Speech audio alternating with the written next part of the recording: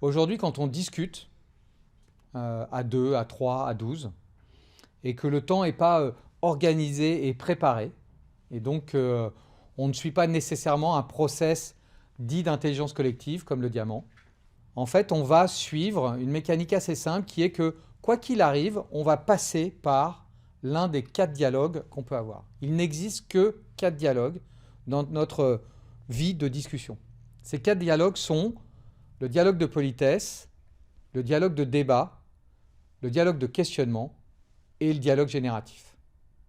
Et c'est intéressant de comprendre à la fois dans quel dialogue on est, parce que parfois on se retrouve dans des discussions où l'un pense être en dialogue de politesse et l'autre en dialogue de débat, et donc on n'est pas au même niveau de dialogue. Et puis aussi parce que finalement il y a un certain ordre qui suit dans une conversation ou une discussion plus ou moins, on va dire, processée. Et cet ordre, en général, va aller d'un dialogue de politesse en passant par débat et questionnement pour finir vers le dialogue génératif. Et donc, savoir où on en est nous permet de savoir comment passer d'un dialogue à l'autre et donc avancer dans notre conversation. Le dialogue de politesse, par exemple, c'est un dialogue où on est en harmonie et on discute du connu. Donc c'est souvent des dialogues de démarrage de discussion et puis c'est aussi des dialogues d'information. Ces moments où on se met à niveau. Vous voyez, où il y a une personne ou deux qui fournissent des informations, qui présentent des résultats, qui discutent d'options. Néanmoins, on n'est pas dans le débat, c'est une discussion d'information. L'objectif de ce dialogue est d'harmoniser la connaissance de l'ensemble des participants. Le dialogue de débat, c'est le dialogue de confrontation. Et justement, on ne recherche pas l'harmonie dans le débat, on recherche la singularité. On reste dans le connu. Chacun des débatteurs a un avis, sait quelque chose et le partage. D'accord ? Et cet avis, il est singulier. Et c'est important en fait de chercher cette singularité, cette confrontation. Elle a du sens, pas au sens du débat politique qu'on peut voir à la télévision, qui n'est pas un débat au sens de dialogue, d'accord ? Puisque ces personnes ne cherchent pas à résoudre quelque chose ensemble. Ils cherchent juste à s'opposer et à convaincre une tierce personne. Donc ce n'est pas un dialogue. Le débat télévisé politique n'est pas un dialogue. Un dialogue de débat, c'est un dialogue parce que chacun des individus qui sont là cherche à exprimer leur singularité, ce en quoi ils croient, d'accord, pour construire quelque chose de commun. Parfois, ils peuvent l'oublier dans l'énergie et l'envie qu'ils ont. Mais ce n'est pas un problème. Nous, animateurs, on peut être là pour justement les aider à revenir.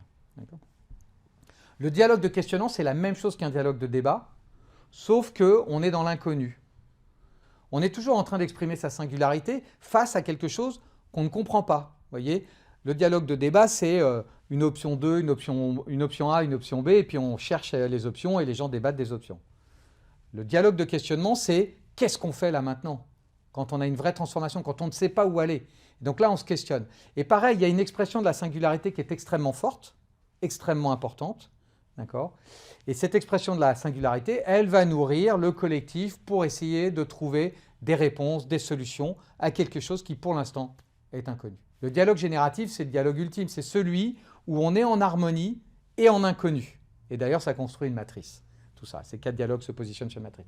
On est en harmonie, on est dans l'inconnu parce qu'en fait, on a passé le cap du débat et du questionnement et qu'on commence à s'appuyer sur les interactions des autres et sur les singularités pour construire quelque chose de collectif. Et donc, le dialogue génératif, c'est ça, c'est être dans l'inconnu, ne pas savoir où on va atterrir et néanmoins avoir une capacité à fonctionner en harmonie en s'appuyant sur les avis et les fonctionnements de chacun. C'est quasiment impossible dans une mécanique naturelle de démarrer directement dans un dialogue génératif. Le dialogue génératif, il s'appuie nécessairement d'un passage par l'un des 3 autres dialogues et néanmoins, c'est celui par lequel on doit finir, c'est celui qui va nous permettre d'avoir le résultat. Donc je vous rappelle que ce qui est important, c'est de se rendre compte qu'on est au même niveau de dialogue. Vous voyez, les participants, ils doivent dialoguer en politesse, en débat, en questionnement ou en génératif, ils doivent le sentir. Et si on ne le sent pas, on peut les aider à s'assurer de ça. Souvent, un problème entre est-ce que je suis dans le débat ou le questionnement, ou la politesse. Et puis deuxième chose qui est importante, c'est à partir du moment où on a fait le tour d'un dialogue, qu'on a suffisamment d'infos de politesse, c'est peut-être le moment de passer à débat. Et donc comment on fait ? On pose une bonne question et on attaque le débat. Et puis quand on est dans débat ou questionnement, c'est peut-être un moment de générer du résultat. Et donc comment on fait pour arrêter un débat qui peut devenir un peu stérile ? Et on relance avec une question spécifique pour essayer de monter dans du génératif et de forcer notre collectif à s'appuyer sur ce qui est fait. Et pour ça, on peut réfléchir au geste de la circularité.